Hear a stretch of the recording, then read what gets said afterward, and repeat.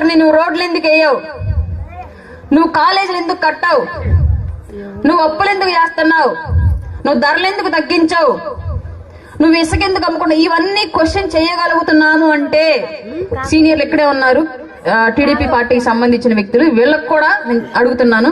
అంటే ఈయన ఉన్నారు కాబట్టి చెప్తున్నాను అంతే. సీనియర్ పార్టీ అయినటువంటి టీడీపీ కూడా కొన్ని అంశాల్లో వెనకడుగేసిన టైంలో ఒక అగ్ని పర్వతంలాగా బద్దలయ్యి మనందరికీ ఆవేశాన్ని ఆవిరిని ఇచ్చాడు పవన్ కళ్యాణ్ గారు. ఇవాళ ప్రతి ఒక్కళ్ళం సందు చివరిలో ఉండే చిన్న పిల్లోడితో సహా ప్రభుత్వం ఎన్నుకున్న నాయకుడు, ప్రజలు ఎన్నుకున్న నాయకుడు ప్రజలకు సేవ చెయ్యాలి అని చెప్పేసి సోషల్ మీడియా సాక్షిగా అయినా, మీడియా సాక్షిగా అయినా, స్థానికంగా అయినా ప్రశ్నిస్తున్నాము అంటే ఆ ప్రశ్నించే గొంతు పవన్ కళ్యాణ్.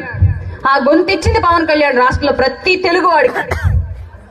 అట్లాంటి వ్యక్తి ఒక నిర్ణయం తీసుకుంటే ఇవాళ ఎందుకు అందరికి సంశయం, ఎందుకు అందరూ ఆలోచిస్తున్నారు? ప్రజారాజ్యం వచ్చింది నిలబడలేదని చాలా మంది మాట్లాడారుగా.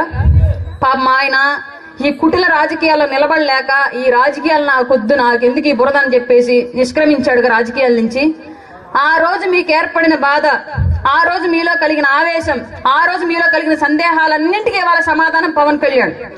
ఆ రోజు మేము నిలబడ్డాము కానీ ఆయన నిలబడలేదని బాధపడ్డాం. మీ అందరూ ఇవాళ మీకోసం ఒక వ్యక్తి నిలబడి పోరాడుతున్నాడు. అన్ని ఆలోచనలు పక్కన పెట్టేసి పవన్ కళ్యాణ్ గారి ఆలోచన మీ ఆలోచనకు వచ్చి నిలబడండి రేపు ఎలక్షన్ కి. రండి, ఇంకా గ్రామాల్లోంచి బయటికి రండి. అయిపోయింది వైసీపీ పరిస్థితి, అయిపోయింది. రేపు ప్రతిపక్షంలో ఉంటది వైసీపీ, గుర్తుపెట్టుకోండి.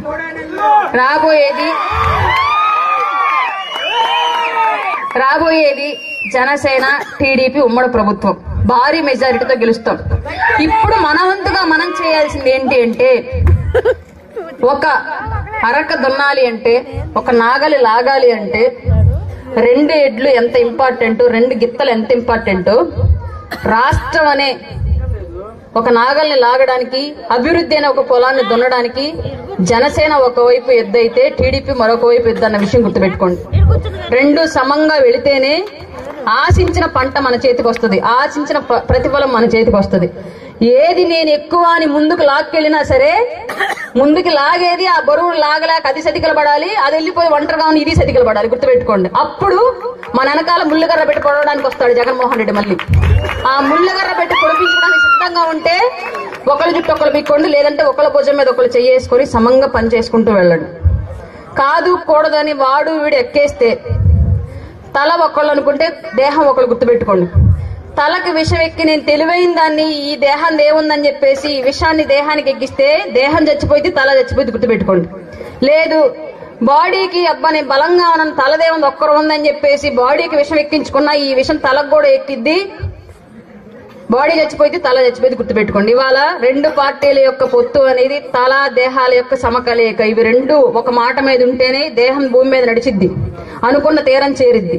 లేదంటే తెలివైన తల నిర్జీవం అవ్వాల్సిందే, బలమైన బాడీ మట్టిలో కలవాల్సిందే, గుర్తుపెట్టుకోండి.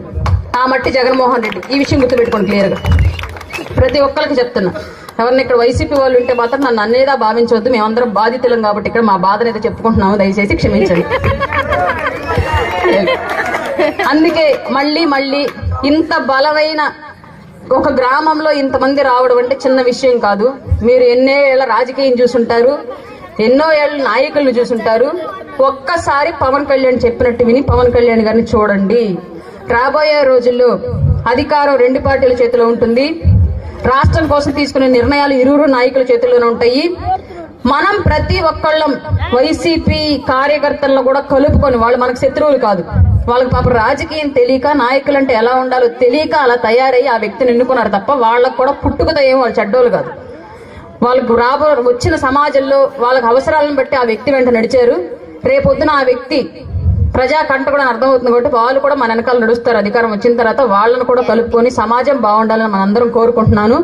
ఇట్లాంటి సంక్రాంతి రాబోయే రోజుల్లో నెక్స్ట్ ఇయర్ కల్లా అధికార పక్షంలో ఉండి మనం ఇంకా అంగరంగ వైభవంగా జరుపుకోవాలని మనస్ఫూర్తిగా కోరుకుంటూ, మరొక్కసారి పాతమాగులూరు గ్రామ యువతకి, వీర మహిళలకి, నాయకులకి అందరికీ కూడా మనస్ఫూర్తిగా సంక్రాంతి శుభాకాంక్షలు తెలియజేసుకుంటూ, మమ్మల్ని అందరినీ నమ్మి మా అందరి కోసం నడుస్తున్న మీ అందరికీ కూడా మనస్ఫూర్తిగా పవన్ కళ్యాణ్ గారి తరపున కృతజ్ఞతలు తెలియజేసుకుంటున్నాను. జై జనసేన, జై భీమ్. ఉన్నటువంటి పెద్దలు ప్రకాశం జిల్లా కార్యదర్శి చెల్ల కృష్ణ గారికి, అలాగే టీడీపీ సంతమాగులూరు మండల ఉపాధ్యక్షులు కోటేశ్వరరావు గారికి, సంతమాగులూరు పాతమాగులూరు గ్రామ అధ్యక్షులు శివాంజనేయులు గారికి, అలాగే స్టేజ్ మీద ఉన్నటువంటి వేరే మహిళా విభాగం పేరేంటండి, సుబ్బాయమ్మ గారికి, అలాగే స్టేజ్ మీద ఉన్న ప్రతి ఒక్కరికి కూడా పేరు పేరున ధన్యవాదాలు తెలియజేసుకుంటున్నాను. ఎందుకంటే మీ అందరి సహకారం లేకపోతే ఇవాళ ఇక్కడ పార్టీ ఇంత బలోపేతంగా ఉండడం కానివ్వండి, ఈ కార్యక్రమం ఇంత సక్సెస్ఫుల్ గా ఒక తాటి మీదకి అందరినీ తీసుకొచ్చి ఇంత ఆర్గనైజ్ చేయడం అనేది కూడా చాలా కష్టం. ప్రతి ఒక్కళ్ళ యొక్క భుజం భారం ఒక వ్యక్తి